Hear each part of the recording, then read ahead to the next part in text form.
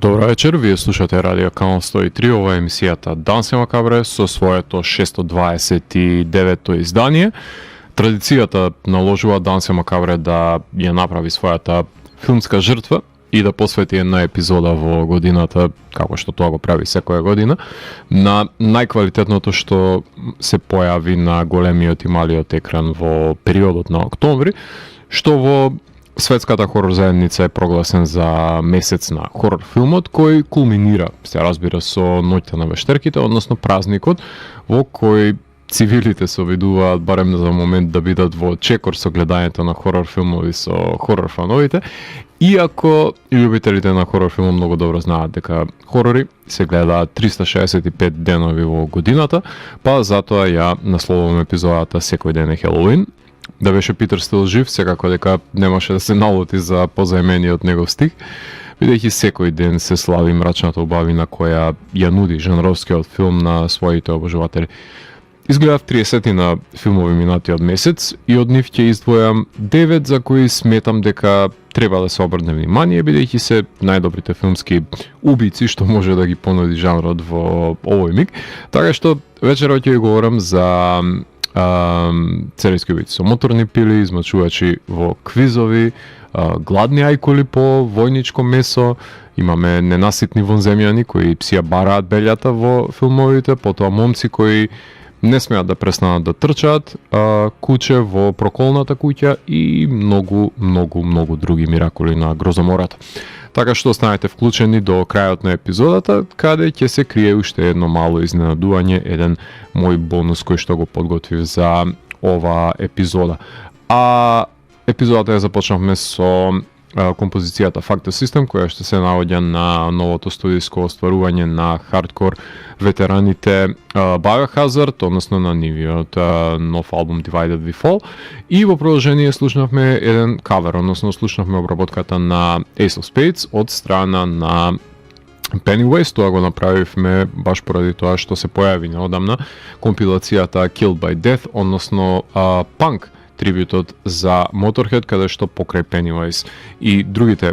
панк великани од оваа сцена дадоа свој отчет, односно ја симнаа капата на Леми и значењето кое што пред се го има Motorhead во развивањето на нивниот стил. Со други зборови, Motorhead е бендот кој што и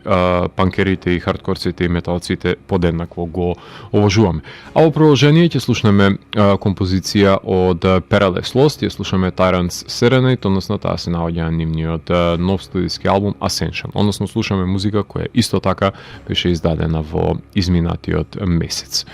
Данси Макабре е емисија во која 17 сезони се зборува за уметност, со борба против лицемерието, зависта и користолюбието. Тука уметниците се вистински херои, не политичарите криминалци, и секој издание е на мала победа против шундот, апатијата, предрасудите и богот на медиокритетот, алгоритамот. Целта на емисијата е да ги доближи квалитетните уметнички дела до секој слушател и да воспостави диалог помеѓу уметноста и реалноста, за подобро да го разбереме светот во кој живееме. Вечер имаме закажано полноќен танц со смртта по 629 пат. Јас сум Златко Ѓелевски, а вие останете со трансмисијата на Канал 103 до крајот на светот. Ако сте слушнале барем една епизода на Данси Макабре во која рецензирам хорор филмови, тогаш знаете дека секоја година подготвувам листа на 50 најквалитетни хорор филмови каде се квалификуваат дела кои сметам дека заслужуваат да бидат најрепрезентативни на годината на филмското поле, односно жанровски амбасадори, ако милувате повеќе, така што оваа година листата веќе се исполни со 45, ако не се лажам, места, од кои што изгледаните 165 филмови беа опфатени, од кои се бираше позиционирањето на овие филмови, и на почетокот на годината си ја само зададов целта дека нема да гледам повеќе од 200 хорор филмови годишно, бидејќи над таа цифра се трујам со медиокритет во кој не се ни кријат интригантни идеи, а не пак впечатлива екзекуција на истите, така што решив малку да се поштедам оваа година како експеримент, дали може со повнимателен избор да дојдам до квалитетот, затоа што низ годините квантитетот не секогаш нудел квалитет, туку сум доаѓал до цифри од 300 филмови, од кои не се ваделе повеќе од тие 50 на знаменити дела, па затоа решив да истражам дали можам да го редуцирам погледот и да го истенчам вкусот, да сепак да не биде тоа на сметка на квалитетот. Во октомври изгледав 30 на хорор филмови по еден секој ден, што би се рекло во просек, како што нели доликува, и од нив издвоив 9 кои сметам дека го заслужуваат вашето внимание, кои ќе се најдат на листата на најквалитетни 50 хорор филмови, од кои најзначајниот ќе го изберам во последната календарска епизода од оваа година на крајот на декември. Меѓутоа, за филмовите кои што не се квалификуваа на оваа листа, а вреди да ви ги напоменам, секако дека тоа ќе биде хорор филмот Адер, кој што е наменет пред се за тие кои што се заинтересирани за технолошките хорор филмови, односно стравот, тоа како може да биде една паметна куќа завртена против нејзиниот собственик. Потоа исто така се појави нова итерација на антологијата ВХС, овој пат беше под насловот Хелоуин, со тоа што мислам дека ова е можеби една од ретките изданија на ВХС кое не се квалификува на 50-те хорор филмови, барем сега за сега, затоа што не се издвојува ниту еден сегмент од него, секако дека сите си имаат своји квалитети и мислам дека за секого по нешто ќе се најде од оваа антологија, меѓутоа нема да биде ниту еден запамтлив по кој што ќе речеме така. ВХС Хелоуин е ја предводи некој филм, како што тоа во минатото беа филмовите на Тјахјанто, например, или филмовите кои што беа работени од Radio Silence или од Адам Вингард, така што оваа година мислам дека првото разочарување секогаш го добивам со имињата кои Bloody Disgusting ќе ги најават за кои ќе работат на ВХС продолжението, а второто разочарување од како ќе се гледа продолжението. Така се надевам дека нема само да се држат повеќе до актуелни артисти, туку до артисти кои имаат што да понудат и имаат што да кажат со нивните дела. Потоа би ви препорачал еден фестивалски филм, односно Rabbit Trap, за сите љубители на фолклорните преданија кои сакаат да ги гледаат во нивните хорор филмови. Љубителите на ремейкувањето на култните хорор филмови го имаат Witchboard, односно новата итерација имаат на овој култен вештерски хорор филм. Потоа за љубителите на трилерот би го препорачал Dead of Winter, што би одговарал за гледање во зимскиот период, се разбира, а за љубителите на музиката дефинитивно би го препорачал култистичкиот Peter Noster and the Mission of Light, односно за откривањето на проколнатата плоча која хипи култот ја има издадено во минатото и љубители на музика од денешницата ќе се обидат да откријат кои се тие моќи кои што и поседува ова ретка плоча. Потоа љубителите на хорор комедијата секако дека треба да го погледнат Scared Shitless, додека пак тие што сакаат да гледаат модерни итерации на веќе препознатливи тропи, како што е едно од нив, например, тропата на употребата на дадилките во хорор филм, Night of the Reaper го имате на располагање. Потоа преживувачки од хорор филм, односно survival хорор филм од Vicious, да го напоменам како едно ново видување можеби на култната идеја за добивањето на мистериозната кутија во состојаниот дом, која што беше реализирана, например, во The Box во минатото. Секако, одличниот своевиден ремейк на The Toxic Avenger исто така конечно се појави после тоа неколку годишно лимбо, така што љубителите на надприродното чудовиште кое што е и од друга страна суперхерој, кој има силна еколошка порака и сатира која е доста актуелна и може да се однесува и на денешниот ни загаден главен град, така што Toxic Avenger е потребен не само во Нью Џерси, туку и во Скопје. И секако за љубителите на документарниот филм да го препорачам и Satan Wants You, еден филм кој пред неколку години се најде на една од листите на Фангорија на која што гласам и ми го задржа вниманието. Немаше долго време никаква снимка од ова издание, се додека не се појави, како што се појавуваат сите други работи, мистериозно, и овој филм Го издвојувам заради тоа што проблематизира појавувањето на Satanic Panic во 80-тите, фамата во контекст на обвинувањата кои се однесуваат најпрвен од книгата која што ќе започне сета хајка против и музичките албуми и нивните обвивки, и против хорор филмовите, и против се што се слави во Дансе Макабре. Е интересно видување за какви лаги пред се во оваа книга се напоменати и како широкиот американски аудиториум е бил полуден токму благодарение на лагите кои се изнесени во оваа книга за преживеаните жртви кои што автобиографката ја има напоменато во ова дело дека се случиле, а всушност се само продукт на низината имагинација. Меѓутоа, тоа е Америка. Можеш да го продадеш и американскиот сон, и американскиот кошмар, и милиони луѓе да поверуваат и во едниот и во другиот дека не е тоа што го представуваш дека е. Меѓутоа, редно време е да преминеме и на филмовите за кои токму треба да се обрне најмногу внимание во рамките на тоа што можеше месецот на хорор филмот да го понуди оваа година, односно еден од нив е The Wailing. Тоа е режисерско остварување на Педро Мартин Калеро, прв негов долгометражен игран филм, ако не се лажам. Претходно го има работено и You Are Awake. Тоа е кратко остварување, а моментално работи на серијата NL Circulo del Asesino. Во прашање е The Wailing како шпански триптих, повеќе треба да го гледате, во кој што откако Андреа првпат слуша еден крик во нејзина непосредна близината, а чувствува дека ја брка некакво си застрашувачко присуство, ја прогонува присуство кое не може да го види, не може и да го разбере или да се бори против него.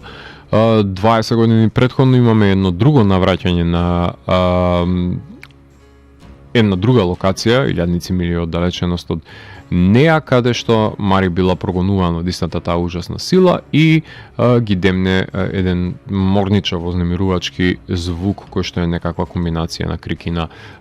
плач, со тоа што третата итерација, односно последната е Камила, што е мачена исто така од овој призвук и таа очено се обидува да најде нели објаснување што ги помогне да ја скрши клетвата која што е фрлена на неа, ако успее пред се да ги убеди другите дека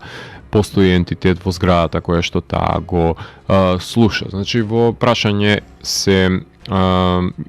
односно итерации, тоест видување на духови, појавление кое што застрашува различни генерации на различни потенцијални жртви, еден своевиден немирен дух кој што како ехот се одекнува помеѓу зидовите на една зграда и прогонува различни генерации на жртви. Естер Еспозито, Матилда, Оливие и Малена Вила се носат со улогите на овие три сегменти од кои што е составен филмот. Најмногу мене ме подсети на Атерадос, уште едно аргентинско од едната ситуација остварување, каде што можам да ја направам паралелата дека за разлика од Атерадос, кој што имаше многу повеќе мистерија и многу повеќе неодгатнувања, ова издание The Wailing има поконцизно действие и елаборирање на сите тие онострани појавленија кои што ќе може да ги посведочиме во филмот. Највпечатлива е пред се приказната за режисерката со недоброволниот субјект, ајде така да го напоменам, на филмот, ама демонот се појавува и на Skype, се појавува и на DV камера, така што во секоја временска и просторна дидаскалија си наоѓа метод, начин како да ги прогонува врз основа на докаде е технологијата дојдена. Директор на фотографија е Констанца Сандовал, композитор е Оливиер Арсон, не го знаеме како композиторот на Beasts и на Piggy, така што соодветни се во контекст на кадрирањето, употребата на зумовите, се разбира во контекст на ерата во која се доловува естетиката и на филмскиот јазик за да биде по-елоквентна во контекст на тоа каде се случува действието, врз основа на историографската позиционираност на филмската естетика од тоа ера и секако звукот е маестрален затоа што ги прогонува и е составен дел нели од самото чимодействие. Дистрибутер е Film Movement на овој филм кој имаше својата премиера на Сан Себастијан, поточно беше награден со сребрена школка за најдобра режија, една од најпрестижните награди на овој фестивал. Потоа играше Sitges на BFI во Лондон, Palm Springs на Fantasy Film Fest, играше во Луксембург, во Сиетл на Fantasia. Што значи дека имаше пребогат фестивалски живот што може секој жанровски филм да го посакува. И на тој начин се дозна повеќе за ова остварување. Препорака за сите гледачи на хорор, буквално не би прецизирал тука за никого, затоа што е модерен, морничав пред се триптих, како што, например, после Ghost Stories, мислам дека одамна и немаме забележано во жанрот да се реализира. Односно, ако веќе сакате да одиме малку поназад, е модерен The Entity, ама ќе верувам дека на некому ќе му пречи повеќе спориот ритам кој го поседува и препуштањето на овој, условно кажано шпански It Follows, нема да има сцена некоја за паметење која што ќе ве извади од кожа и ќе се присетите на неа, меѓутоа има многу густа и загадочна атмосфера која ќе ве плени додека го гледате ово остварување, така што беше едно пријатно изненадување за мене од шпанската инди сцена. Како што представува нели The Wailing. Само внимавајте, не се однесува ова на култниот сега веќе корејски филм кој се појави, ако не се лажам, 2016 година. Во прашање е шпанскиот филм The Wailing. Вториот филм за кој што ќе ви говорам денес е Your Host, режисерско остварување на Диви Медов, трет негов долгометражен филм, ако не грешам. Полен беше првиот и I Will Never Leave You Alone. Во прашање е торчер хорор филм во манирот на Пила и пред се хорорите на Две едитите. Во Your Host четворица пријатели одат во викендица кај едно богаташчето од нив и од нивното друштво за да бидат киднапирани и станат дел пред се од една садистичка игра. Малтене квиз во кој се принудени да се надмудрува, да го надмудруваат пред се тој изопачен серијски убиец додека не ги елиминира еден по еден во игрите кои ги наметнува дека треба да ги играат доколку сакаат да бидат ослободени. Има добра причина зашто токму тие се дел од оваа крвава игра која ја снима и наводно ќе биде емитувана, затоа што сите на еден или на друг начин влијаеле на пропаста на неговата и кариера, меѓутоа и неговиот живот. Одамна немало крвав торчер хорор филм ги имаше во изобилие во 2000-тите како еден одговор на тие на 11 септември, односно како поточно како американско одговор на францускиот екстремизам. Меѓутоа во последните неколку години подзаборавивме дека постојат и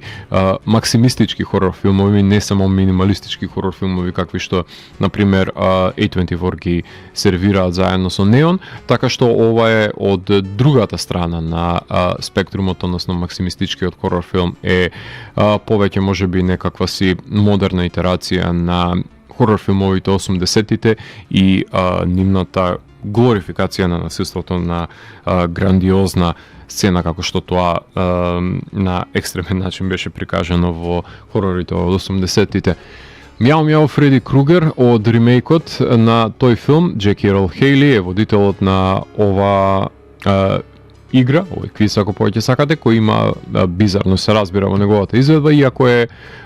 пренизок да биде застрашувачки на ликовите кои наводно ги има киднапирано, посебно не на некаков си набилдан американски џок, без помошници за да ги изведе овие дела, така што тука треба да имате една своевидна суспензија на верувањето дека може да го изведе Хейли тоа, а жртвите и не се кој знае колку приемчиви за заканата во која се наоѓаат, ама со нивните капацитети па и тешко дека ќе бидат убедливи. Imaginary Factory ги работи специјалните ефекти кои дефинитивно најмногу треба да ги пофалиме во рамките на оваа анализа, затоа што ќе летне некое прсте, ќе се стопи некое лице, ќе се отворат стомаците, ама најмногу ќе се памти хидравличната дупчалка што ќе отвори еден череп. Кинематографер е Паоло Карнера, Тоа е едно прилично извикано италијанско име зад камерата, со оглед на тоа што тоа е човекот кој што ги има кадрирано Bad Tails и Ио Капитано. Плештат бои на сите страни, така што се задржува тој игрив дух кој треба да се наметне во овој квиз кој што се снима на видеокасетите. Композитор е Сем Ивик, монтажер е Јан Ковач, односно од филмовите кои во голем дел се снимени на Балканот, кои ги има монтирано, додека пак овој филм е снимен во Рим и затоа огромен дел од самата екипа која се наоѓа зад камерите е од Италија. Benacus Entertainment, ако не се лажам, е дистрибутер на овој филм, кој имаше својата премиера на Fright Fest во Лондон. Квизот ме подсети на односно на играта на последните филмови кои што ги режираше Хершел Голден Луис, од па и Wizard of Gore, може тука да се земе како некаква сидамнешна итерација, како и на торчер хорор филмовите со загадките, например, како Exam, Live Feed, Dark Room, Are You Scared, се разбира со доза на Hostel и секако Пила, меѓутоа се издвојува од сите Јорхос заради тоа што е модерна итерација која соодветствува на денешното доба и предизвиците во кои што без никакви последици луѓето одлучуваат да сгорчат, односно да загрозат нечи живот благодарение на лагите кои ги кажуваат, нешто што многу лесно, барем во дигиталната сфера, станува реалност. Третиот филм за кој што ќе ви говорам денес е Брут 1976, односно тоа е режисерско стварување со Марсел Валц. Јас имам историја со овој режисер, со оглед на тоа што во минатото имав можност да направам интервју со него, додека живееше и работеше во Германија. Односно голем број на инди хорор филмови има снимено зад себе. Буквално во Германија работеше долгометражен филм година за година со лимитираните буџети кои ги имаше. Се прослави во светски рамки со сега веќе култниот и прилично грозоморен Le Petit Mort.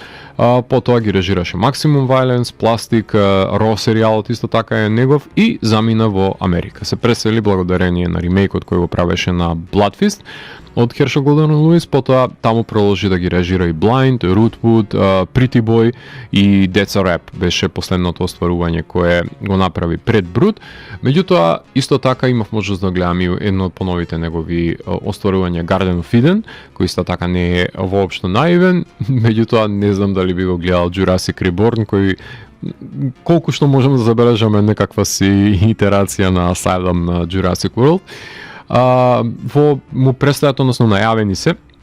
дека ќе ги режира Only 7 Days, потоа A Girl I Know, Брут 1986, што значи дека продолжение ќе си има 10 години подоцна. Филмот за кој што ќе ви говорам денес и Anathema The Devil's Doll, значи дека во различни поджанрови се пробува Марсел за различна демографија работи, а кога е во прашање Брут 1976 е во прашање слешер од манирот на Texas Chainsaw Massacre, така што годината која е напомената во самиот наслов се одвива действието каде што Ракел и низината девојка имаат проблем со автомобилот кој им се расипува на среден никаде, тие најдуваат на напуштен рудник и решаваат да го истражат. Во исто време, паралелно, група на луѓе се наоѓаат во пустината за време на една фотосесија која што тие реализираат на насловната страница на списанието на кое што планираат да бидат експонирани два модела, односно Рокси и Ракел, бидејќи Ракел не се појавува на сесијата, тие ангажираат Саншайн, која што е шминкерка во екипата, да го заземе незиното место и по фотосесијата тие најдуваат на напуштениот град кој се нарекува Севеч. Сега си има тој град крвава историја и не е случајно неговото име. Наводно треба да биде напуштен, ама не се само и таму посетителите, со тоа што има семејство на маскирани психопати кои сметаат Севеч дека е нивен дом, со ние да го оправдаат неговото име. Кај Марсел треба да знаете дека ќе добиете LGBT елементи во секој негов филм, без разлика на тематиката, а тука се вклопува врз основа на хипи генерацијата и слободната љубов која се практикувала во 70-тите. да ги пофалиме практичните ефекти и тука. Без разлика што беа цензурирани гениталиите, треба да бидат расчеречени, пилите се жени за крв во овој филм, така што може да се увериме во ова дело кое смело е снимено на дневно светло од страна на кинематограферот Маркус Фридландер, кој го удави во Летната жега на Невада ова издание, потоа композитор е Клаус Фройндер, односно си ги донесе германска екипа која што работи во Холивуд, самиот режисер, монтажер е Самуел Гонзалес Джуниор, кој има паралелни действија на почетокот, меѓутоа филмот е предолг. Бара сечење, не треба слешер да биде толку долг и измачувачки. Не на убавиот начин на кој сакаме да бидеме измачени од еден слешер. Адриан Меклин и Дезел Ивет го предводат филмот со нивната глума, а Сара Френч е всушност музата на режисерот која се појавува во сите негови филмови. Играше, ако не се лажам, на Пусела Фантастика, на шпанскиот филмски фестивал овој филм, меѓутоа си има стрейт видео, како и многу други филмови кои Марсел ги работи. Синефобија Релисинг го дистрибуира, благодарение и на Raven Banner се разбира, и за жал ние ја добивме цензурираната верзија која се наоѓа на Амазон, ама затоа тука се Vinegar Syndrome, кои ќе го издадат нецензурирано во физичко издание, така што да се живи и здрави за овој нивен потват кој го најавија дека ќе го направат. Значи, во прашање е насилен, штур и безкомпромисен филм, налик The Hills Have Eyes, Wrong Turn и Texas Chainsaw Massacre, па и X на Ty West, ако повеќе сакате, можеше да понуди поголема инвентивност и во пристапот на маскираните убици, во изборот на жртвите и нивната мотивација, наместо да се држи до генеричките тропи, но повеќе среќа во продолжението Брут 1986, така што во 76-та тоа е тоа што ќе добиете од Брут. Ќе направиме тука една кратка музичка пауза. Слушаме композиции од албуми издадени во изминатиот период, дали EP, дали LP. Ќе се држиме овој пат до Trivium и нивната Bring Me With My Screams, Bury Me With My Screams, извинувам, потоа Testament ги слушаме со For the Love of Pain, Soulfly со Nihilist и Coroner со Prolonging. Така што уживајте во овој метализиран блок од емисијата и потоа ќе се вратам во етер со уште 3 нови хорор остварувања кои имав можност да ја погледнам во октомври. Уживајте. Во срцевината на 629-тото издание на Дансе Макабре сакам да ви понудам уште 3 хорор филмови кои имав можност да ја погледнам во изминатиот месец, односно во октомври, кои сметам дека се едни од највпечатливите изданија кои се појавија во рамките на месецот. Едно од нив е и филмот Solvent, режисерско остварување на Јоханес Гренцфурднер. Се извинувам за кршењето на презимето на Јоханес. Тој има доста остварувања зад себе, како што се Tracerut, Glossary of Broken Dreams, Razinest, Masking Threshold, се неколку од нив кои можам да ги напоменам моментално. Hacking at Leaves е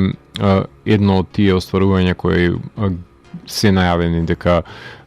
ги работи во поново време, односно има голем дел од овие изданија се всушност документарци што му е од корист за снимањето на неговиот директен филм, односно неговото Cinema Verite од рака. За Solvent е психолошки, условно кажано, фан футеч, односно мокюментари хорор филм, во кој што додека сте во потрага една екипа по нацистички документи во страна на оваа екипа која истражува за пронаоѓањето на овие документи во една австријска фарма. Тие експерти го документираат целиот тој процес за нивното откритие и пред се откриваат и една скриена тајна закопана во низините, во длабочините на фармата.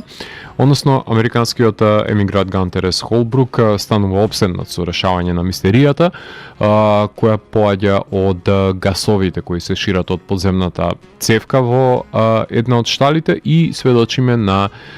неговата постепена мозочна детеријација, односно напуштањето на здраворазумието од него, се обседнува и се враќа во ова окно и во подземниот извор на скриеното зло, условно кажано. Во прашање е австријски хорор филм кој се двои од останатите found footage хорор филмови затоа што е многу заразен за гледање и иако не поседува кој знае каква арка на ликовите или па некоја си продлабоченост во контекст на самата приказна, на најдобар можен начин доловува основата која што ја носи самиот жанр, односно раѓањето на злото. Ретко се снимаат вакви филмови, затоа што се необични, бизарни, неконвенционални и пред се представуваат закана за студијата, токму поради авторството и носењето на одредени симптоматични одлуки кои ги носи Јоханес во реализирањето на овој филм, продира во доталогот на мрачната нацистичка историја и исконското зло кое го крие во овој имот, кое би рекол дека дури Лавкрафтовски го замелушува ликот, една болест која не умира, една дамка која не се брише, колку и да тежи вината на душата која што ја носи, односно вирее овој неизбришлив талок во колективното несвесно и се манифестира, се разбира, на овој избезумен начин. И во овој филм, во епилогот ќе бидат отсечени гениталии, така што на тоа рамниште може да се паралелизира со американскиот слешер, снимен од германецот, така што има и еден силен удар од кој што ќе се онеспособи ликот во рамките на овој филм, односно на Solvent, така што ако нешто ви значи дополнително за овој филм, Джело Биафра и Јорг Будгерайт поземуваат гласови за нацистите кои во позадина ги слушате во дизајнот на звук. Џон Грис е тој кој што полудува убедливо во филмот, а режисерот има дури и своја камео во остварувањето. Кинематографер е Флориан Хофер, кој што снима на рака, композитор е Питер де Граф, кој го засилува лудилото во епилогот со помош на звучното крешендо. Монтажата е на Антон Паиевски, кој што буквално спои неспојливи снимки, кои го пресликуваат, односно отсликуваат губењето на разумот. Беше прикажан на Слеш Филмфест, ако не се лажам, во Виена, потоа играше On Woment, односно тоа е француски мокюментари фестивал, играше и на хорор филм фестивалот во Торино и беше награден на Јужноафриканскиот хорор фест. Film Movement исто така се дистрибутери и на овој филм, овој е вториот филм вечер кој ви говорам дека е дистрибуирано Film Movement, меѓутоа нема да има значителни сцени за паметење по неговото гледање, ама на одличен начин доловува процес на полудување, кој е, ајде ќе го наречам, нежен пандан на Descent into Darkness, односно My European Dream, односно Соргој Праков од 2013 година, како и да го условите веќе овој филм. Доловува распаѓање на разум, како што ретко може да се долови во хорор филмот, затоа што огромен број на режисери го стерилизира нивниот израз, престанаа да се трудат да направат некаков си различен исчекор без разлика на лимитациите на буџетот, да се изразат без задршка, со обсесија која што ја има и самиот лик во откривањето на злото, која го краси Solvent. Покрај него, би ви го препорачал да погледнете и Beast of War. Тоа е режисерско одрување на Кија Рош Тарнер, тоа е австралијански режисер, односно тоа е авторот на трилогијата Wormwood, односно Wormwood Road of the Dead, со продолженијата Chronicles и Apocalypse. Ова е зомби хорор серијал, потоа тој го сними акциониот Necrotronic и минатата година го издаде анималистичкиот, односно пајаковидниот, како повеќе сакате, Sting. Работи на во едно интервју колку што можев да најдам од него, се уште го држи обсесијата со Втората светска војна, така што работи нов филм кој е ситуиран во неа, меѓутоа со по некое чудовиште во воените редови, така што допира до фантастичните елементи повеќе во неговиот нов филм. Меѓутоа Beast of War е воен анималистички хорор филм за група млади војници кои се штотуку излезени нели од кампот за обука, кои се наоѓаат кои заглавуваат пред се на сплав насреде океанот, откако нивниот брод е потонат од непријателската армија, односно јапонците, и мора да се борат за своите животи против џиновска гладна, бела ајкула, која еден по еден ќе ги грицка како ќе паднат од импровизираното сплавче. Еден од двата репрезентативни, да речеме, филмови за ајкули оваа година, односно овогодишниот 47 Meters Down, Shadows, Open Water, кој други да треба да го спомнете како еден одличен пример за квалитетно реализиран филм во кој главниот антагонист се ајкулите, каде што најчесто се прикажани во CGI ајкули, ретко кој од нив е добар. Тука беше умесен приказот со успорена снимка на самите ајкули, како што треба, со уживање во секое грицкање на коски и двоење на стомакот од нозете, со оглед на тоа што недостатоците на буџетот се гледаат и да би имале повеќе кеш би вложиле во некаков си можеби подобро реализирање на ефектите, ама затоа посветеноста со тоа што се има се гледа во секој кадар, меѓутоа практичната ајкула си е практична ајкула, тоа се воочува и секоја чест што ја употребиле за да го реализираат филмот. Диалозите и навредите помеѓу Марк Коулс, Смит, Джоел Наненкервис и Сем Делих беа важни за да биде убедлив нивниот перформанс и гневот кој се истура помеѓу нив од непогодноста во која тие пред се затекнати со непријателите од над нив и под нив, ако повеќе сакате. Кинематографер е Марк Варехам, односно тој има работено на серијата Clickbait, каде во преден план доаѓа магловитоста, силните основни бои кои го направија да биде свет сам за себе, да го издвои од реалноста и да биде како волшебно место каде навираат опасностите. Монтиран е од страна на Кија со река Скварко. Тие знаат каде треба да се интензивира демнењето на ајкулата, а и уфрлуваат од висините јапонски пилот во моментот кога действието ќе треба да се забрза, односно да се доведе еден нов непријател кој дополнително ќе им го згорчи животот на залутаните ликови. Филмот се разбира на домашен терен дека се имаше премиера во Мелбурн, а дистрибуери се Велго USA, кои откупуваат и голем број на филмови за нивна дистрибуција во САД, вклучувајќи го и ова остварување. Многу има да учат од овој филм, анималистичките хорор филмови и пред се филм на Primitive War, мислам во оваа ситуација, заради тоа што тоа ми е едно од последните негативни доживувања на начинот на кој што се реализираат джиновските животински непријатели. Меѓутоа, ова е втората австралијанска ајкула која воодушеви оваа година, после Dangerous Animals се разбира. Например, во Dangerous Animals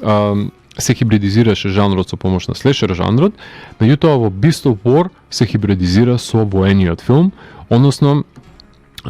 може да го наречеме Dog Soldiers помеѓу филмовите со ајкули.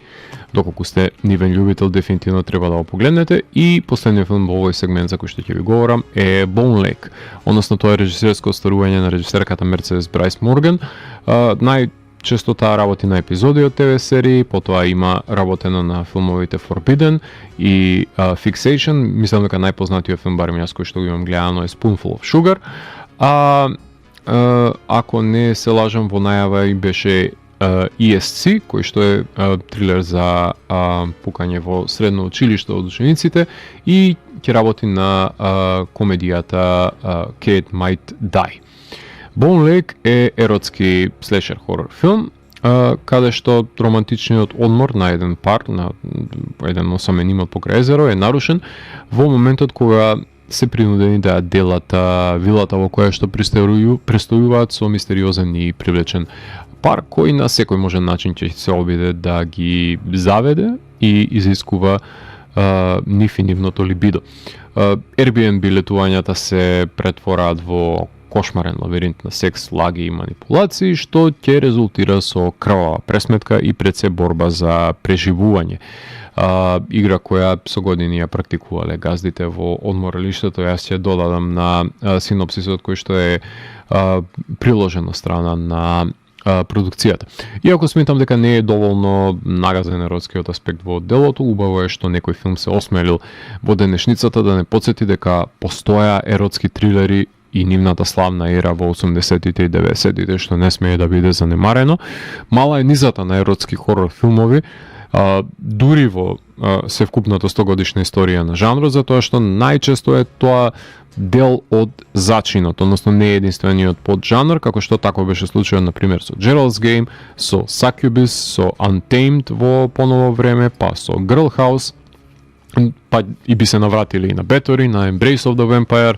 на Vampirus, на Compulsion, да речеме и на The Strange Color of Your Body Steers, меѓутоа сепак тоа е само еден мал сегмент кој не е двигател на овие филмови, односно се припишува еротиката како дополнително заводливост, например, да вампирите, или па се додава во джиало жанрот, како што тоа беше во реализацијата на белгискиот хорор филм.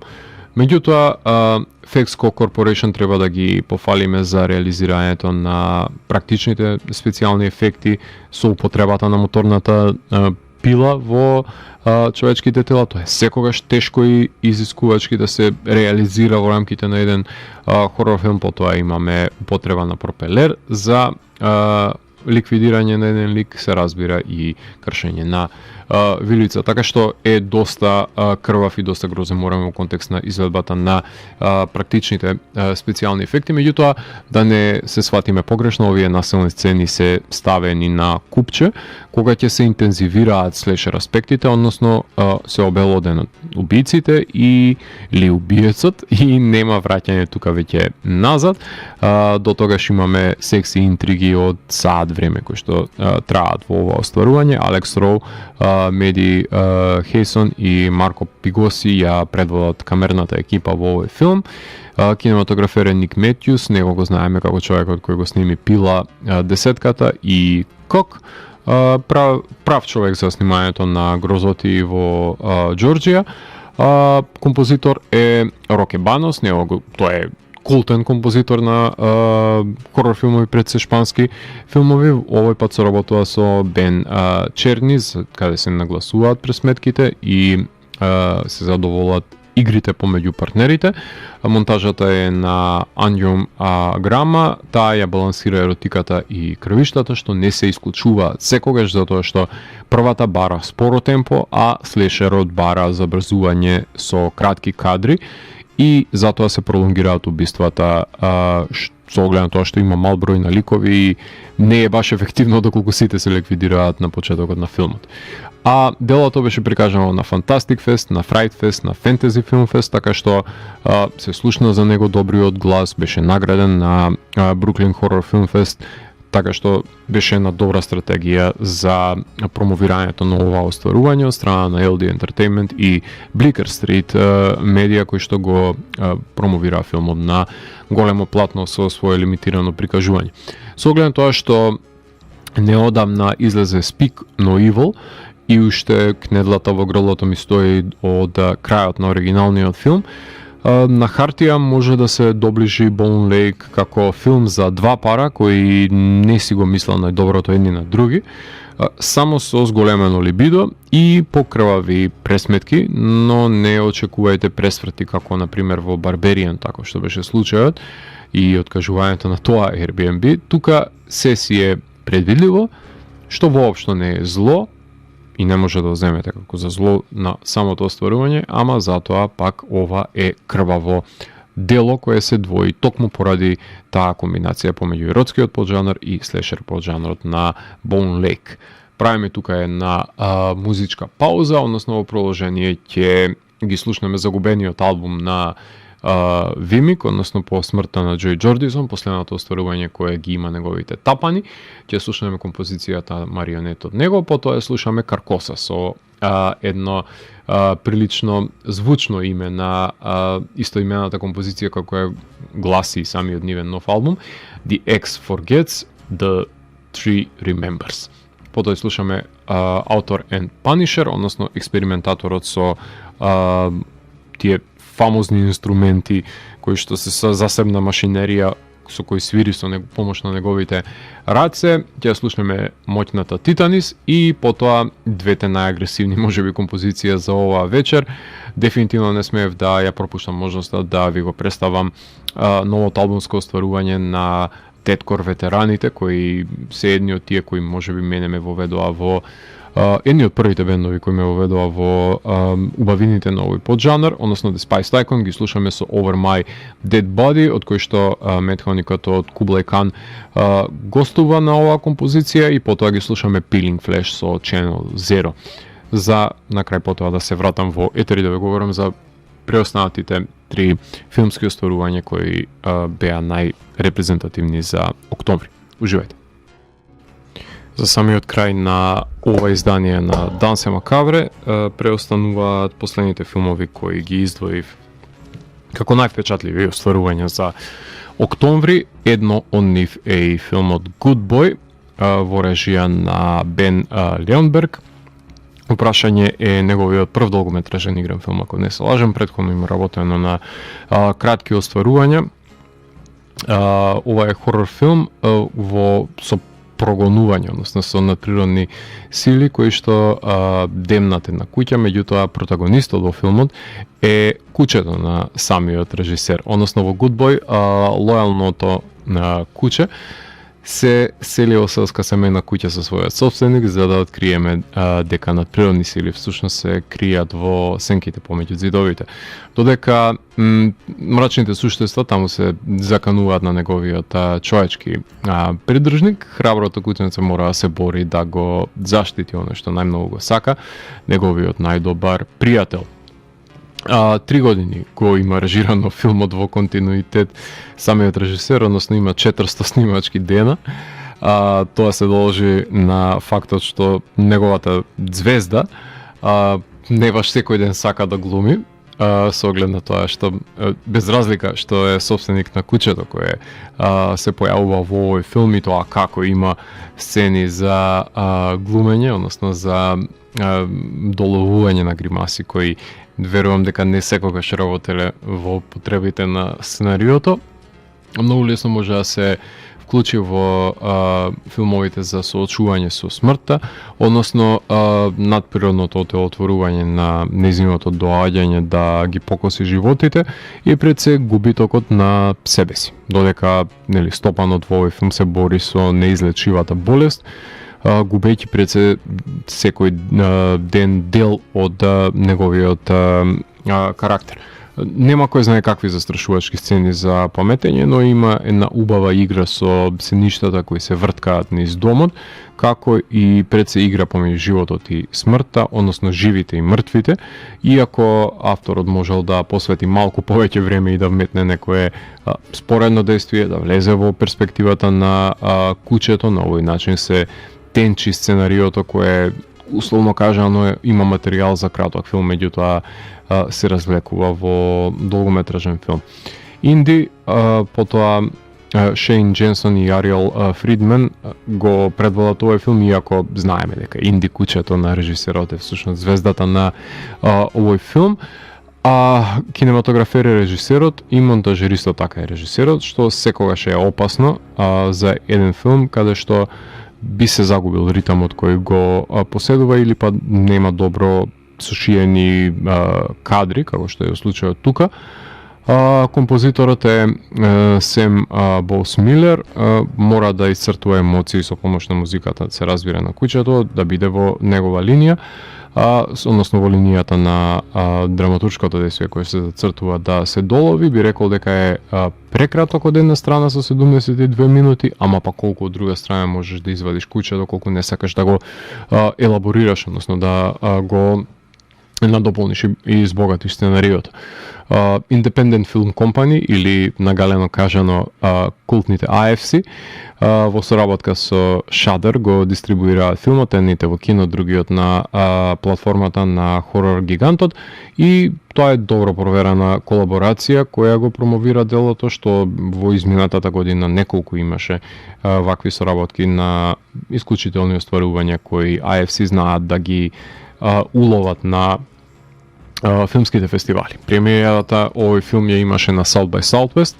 каде куќето беше наградено со престижната Хаул награда, потоа играше во Мелбурн, на Сиджес, на Fantasy Film Fest, на Beyond Fest. Се расчу добриот глас за филмот на филмските фестивали. За мене бил и ќе остане најсупериорен филм во овој ранг, каде кучињата глумеле главни улоги. White God, недостижен е овој унгарски филм според мене за сите изданија каде милениците се главни улоги, што значи дека Good Boy е далеко од квалитетот до него, меѓутоа ќе направиме една чудна аналогија пред се со вонземјаните во речиси немиот No One Will Save You, токму поради занемарениот говор, хендикепот кој дозволува преку мимики и гримаси да повлекуваме заклучоци. Тука ја гледам сличноста и заемниот однос кој што го има со Good Boy, кој вредело 3 години да се сними за да се добие овој уникатен поглед на доаѓањето на смртта во нечи живот. Покрај него би го издвоил од репертуарот од октомври The Long Walk, во режија на Френсис Лоренс, него го знаете како режисерот на Константин, I Am Legend, серијалот Hunger Games, потоа Red Sparrow, Walter for Elephants, ако не се лажам, и Slumberland се негови. Во најава беше крими трилерот Steel, дека ќе го работи, ако не се лажам, ќе работи исто така адаптацијата на Bioshock,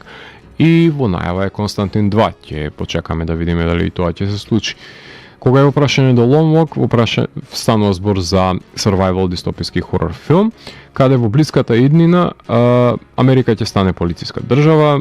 и 100 момчиња секоја година се избираат да учествуваат во тој годишен надпревар, каде што победникот ќе добие што сака до крајот на неговиот живот, неговата желба ќе биде исполнета. Ова веќе прераснува во традиција во таа дистописка Америка, играта е едноставна. Треба да се одржи стабилно темпо на одење, темпото е 3 милји на час без запирање. Имаме 3 предупредувања и во таа ситуација се дисквалификувани, меѓутоа за секојаш се дисквалификувани, односно ве стрелаат војници од свитата која што ги прати тие што се надпреваруваат, односно нема простор за запирање, ниту пак за голема и мала нужда.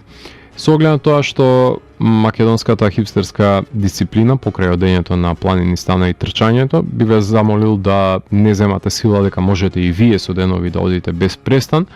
кога после неколку сати, кога ќе почнат органите да ја бараат непречена работа,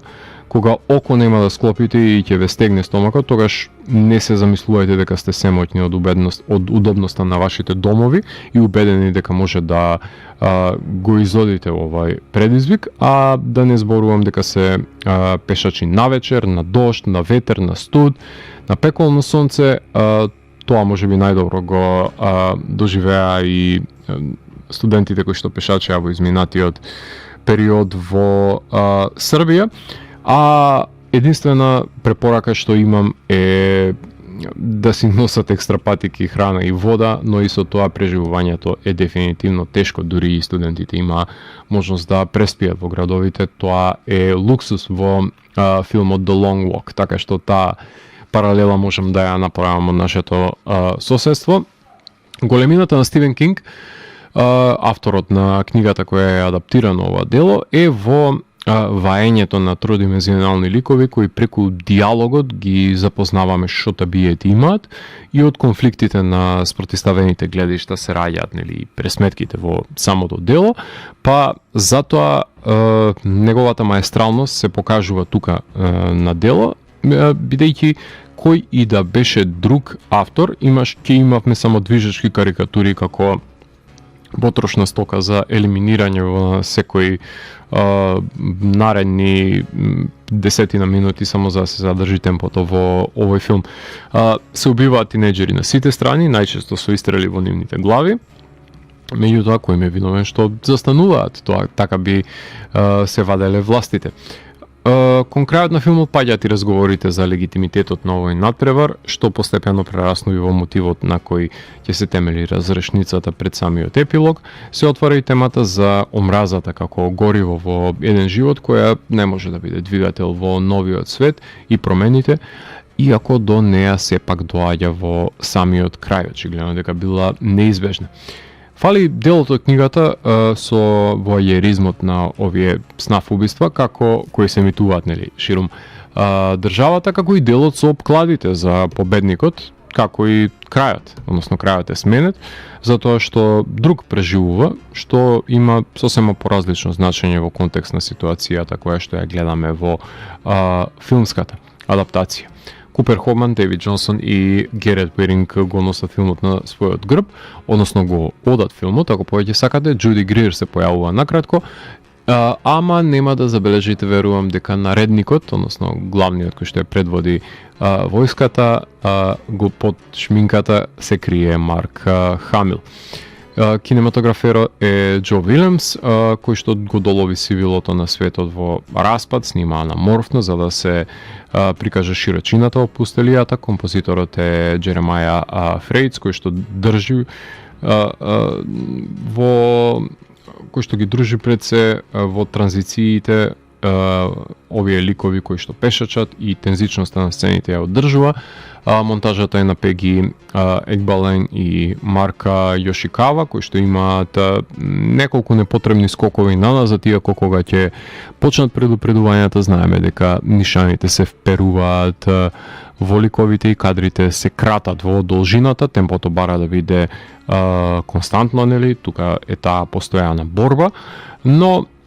филмот не играше на филмските фестивали затоа што имаше широка објава на репертуарите, со буџет работен од 20 милиони евра и собра од цел свет 55 милиони, што е во позитива кога ќе се пресметат и рекламите кои беа вложени од страна на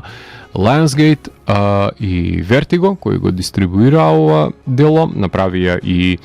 условно кажано финта, каде имаше проекција во која гледачите мораа да одат на трака со истото тоа темпо, налик филмот, додека го гледаат ова остварување, кои не смеа да успорат, воспротивно ќе ги избркаат од проекцијата.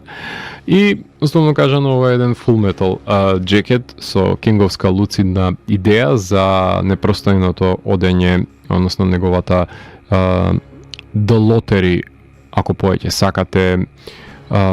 екранизација, односно една негово видување на култниот расказ на американската писателка од југот, Фленери, пресликано во една дистопија која доста говори за денешницата во која што живееме, во The Long Walk.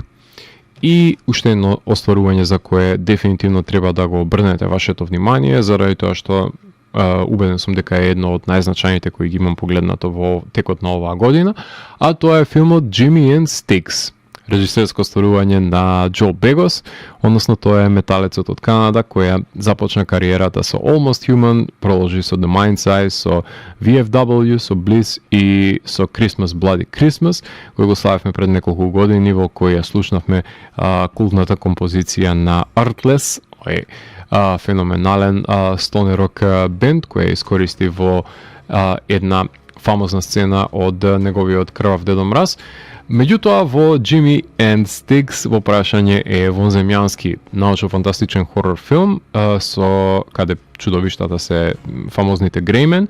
односно сивите вонземјанчиња, меѓутоа да разграничиме, затоа што SF љубителите се нежни цветови, да напоменам дека ова е сплетер хорор филм наменет за љубители на Б-филмови со врвна треш естетика, каде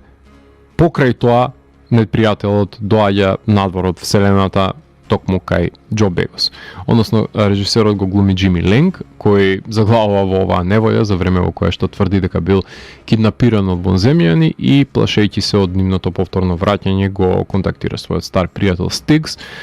за да му помогне да се подготви за војна со нив, да се пресмета еднаш за секојаш со оглед на тоа што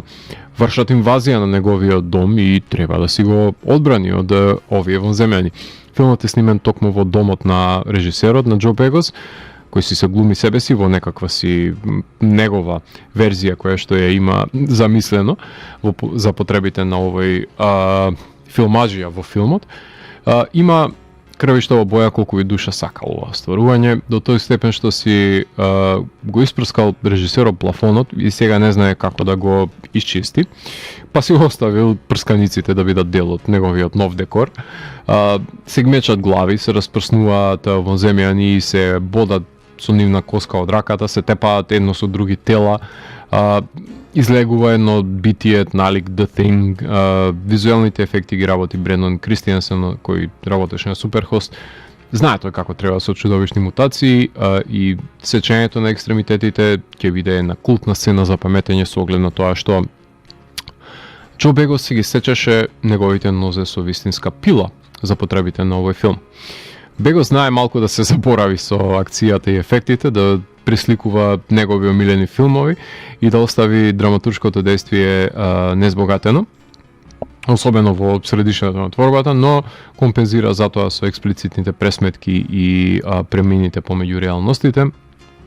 кои се раритети кои ги немаат другите филмови дефинитивно. Џо Бегос и Мет Мерсер глумат во делото и тие го носат од почетокот до самиот негов крај, со тоа што се појавуваат и Джейсон Айснер и Стивен Скарлада, кои се представуваат на снимките да утврдат дека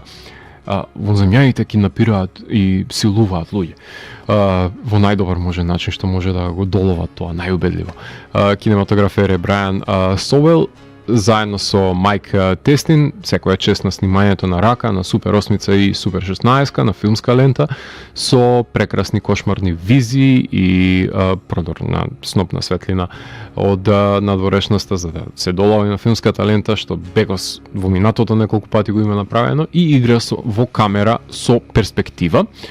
за практичните ефекти, со прекрасен point of view, односно фокализација во прво лице на почетокот и на крајот на ова остварување, со одличен сент на композиторот, кој немам доволно зборови да го пофалам, Стив Мур, од сите остварувања на Бегос, тоа е една од најсветлите точки,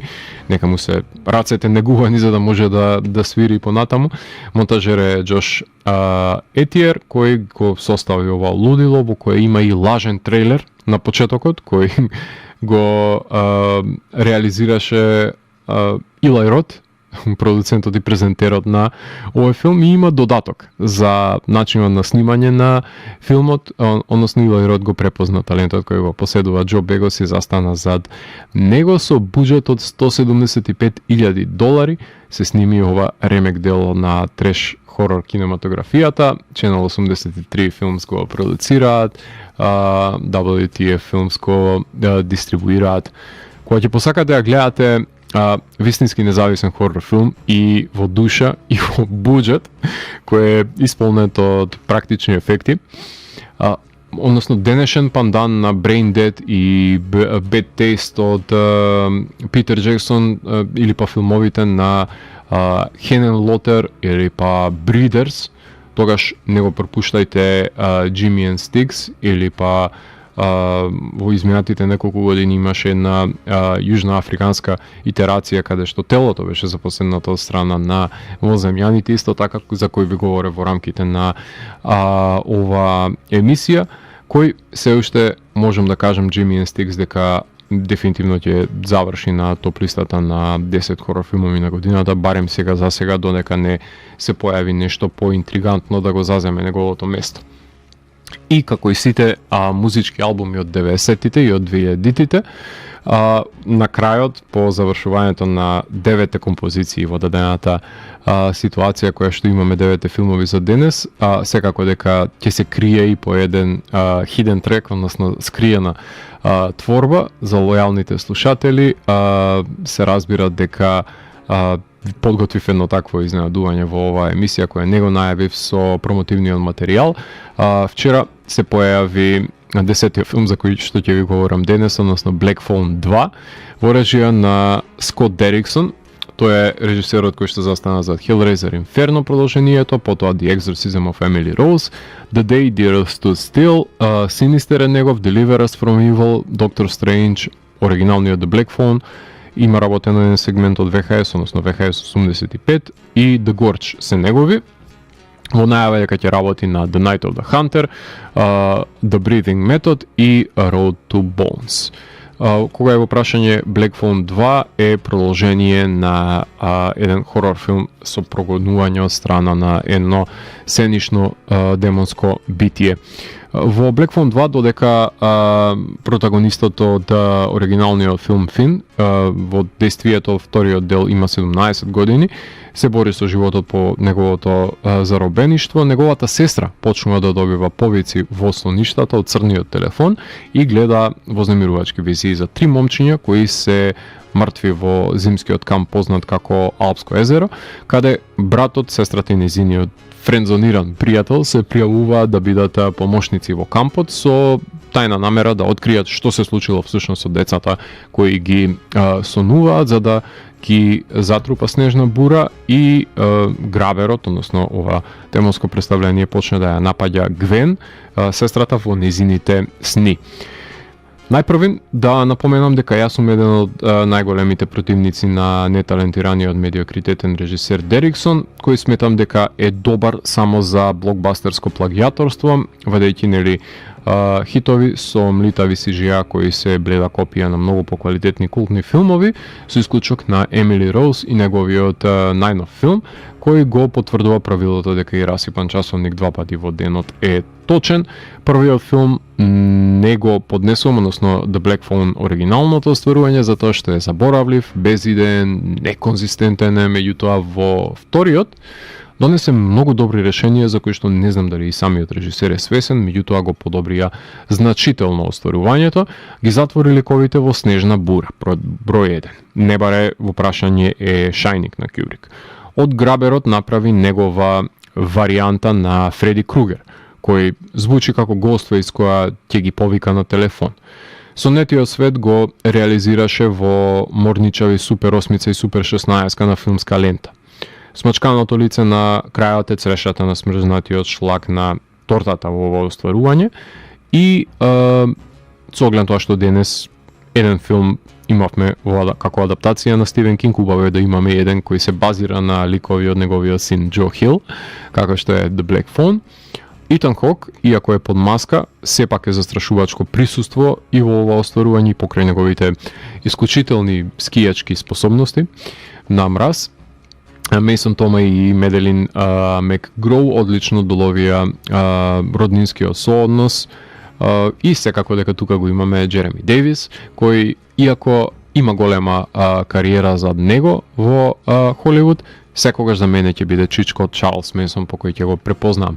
Кинематографер е човекот кој го сними Полар, односно Парма Екберг.